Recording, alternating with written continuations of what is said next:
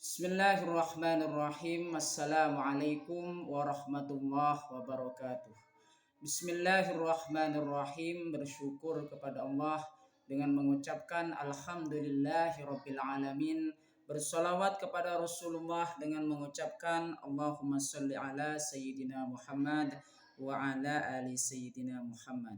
Alhamdulillah kita masih dipertemukan kembali oleh Allah Subhanahu wa taala, walaupun di dalam sosial media seperti Facebook, YouTube, dan juga Instagram.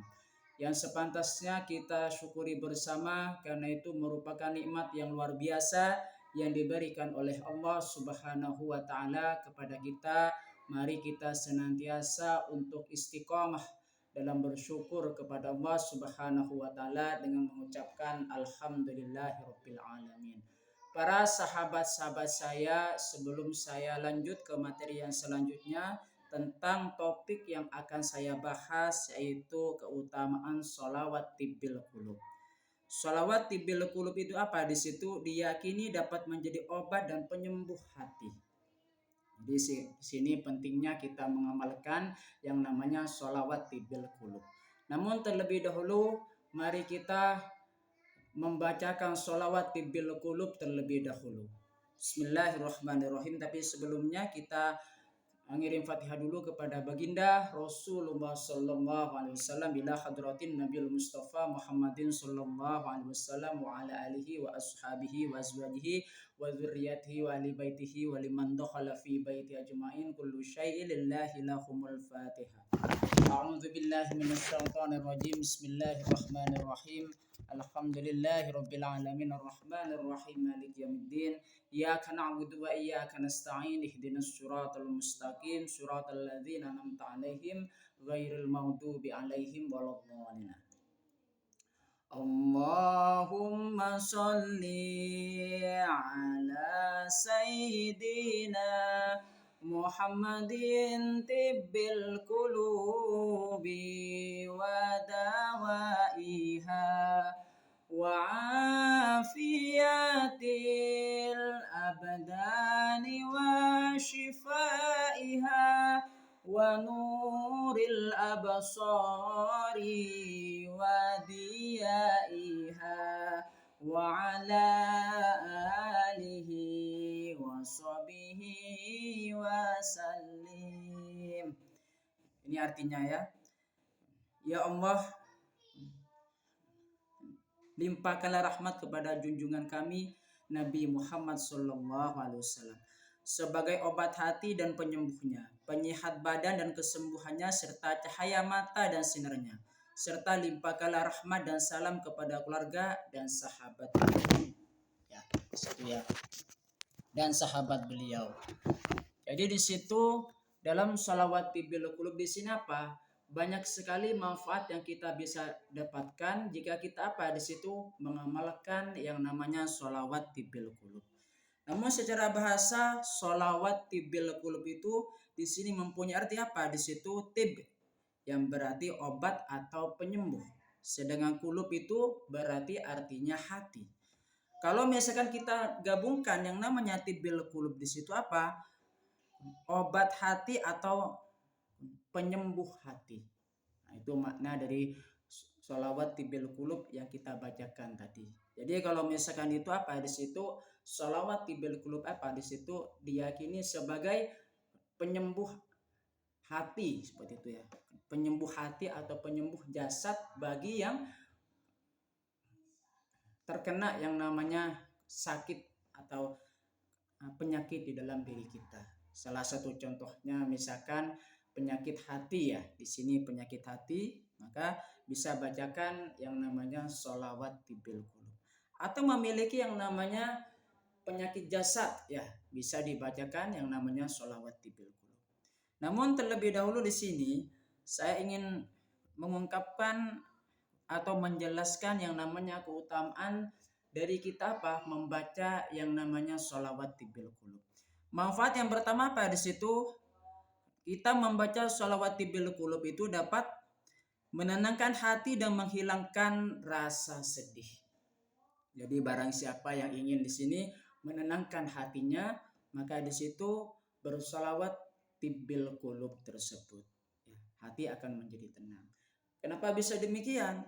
Karena sholawat tibbil qulub kita haturkan kepada baginda Rasulullah SAW yang mempunyai hati yang tenang. Dengan kita bersambung kepada beliau, kepada baginda Rasulullah SAW, baik lahir ataupun batin, maka kita mendapatkan ketenangan tersebut.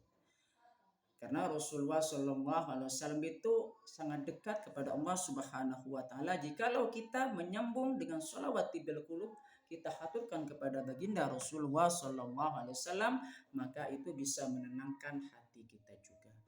Dan juga di situ menghilangkan rasa sedih. Jikalau seseorang itu mengalami yang namanya rasa sedih, maka senantiasa membaca sholawat tibbil qulub.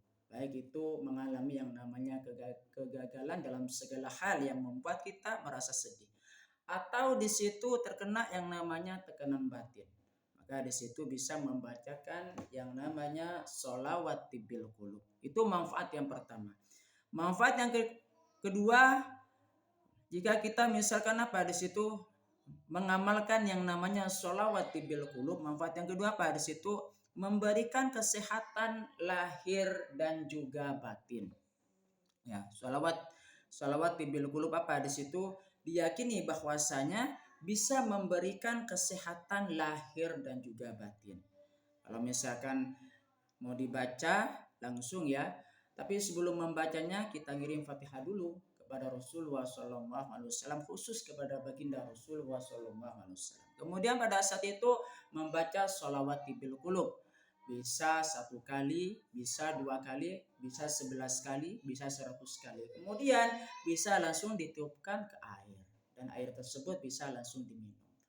Insyaallah dengan perantara seperti itu bisa bermanfaat buat kita pada situ untuk kesehatan lahir dan juga batin ya. Jadi lahiriah kita butuh yang namanya obat, sedangkan batiniah juga butuh yang namanya obat. Makanya di sini obat dengan kita membacakan sholawat tibbil qulub bisa memberikan yang namanya obat penyembuh ya terhadap lahir dan juga batin kita. Karena sholawat tibbil qulub itu adalah obat atau penyembuh terkena penyakit baik lahir ataupun batin. Manfaat yang ketiga dari kita membacakan sholawat tibbil qulub di situ melindungi dari berbagai penyakit baik fisik maupun psikologis. Ya. Dari sini kalau misalkan terkena yang namanya penyakit fisik bisa dibacakan yang namanya sholawat tibbil qulub. Nah, terlebih dahulu di sini di situ ada yang namanya penyakit psikologis. Salah satu contohnya misalkan stres, ya, cemas, rasa kekhawatiran, itu adalah penyakit psikologis. Makanya di sini kalau misalkan terkena yang namanya penyakit psikologis bisa langsung dibacakan yang namanya sholawat tibbil qulub tersebut, diamalkan ya di sini.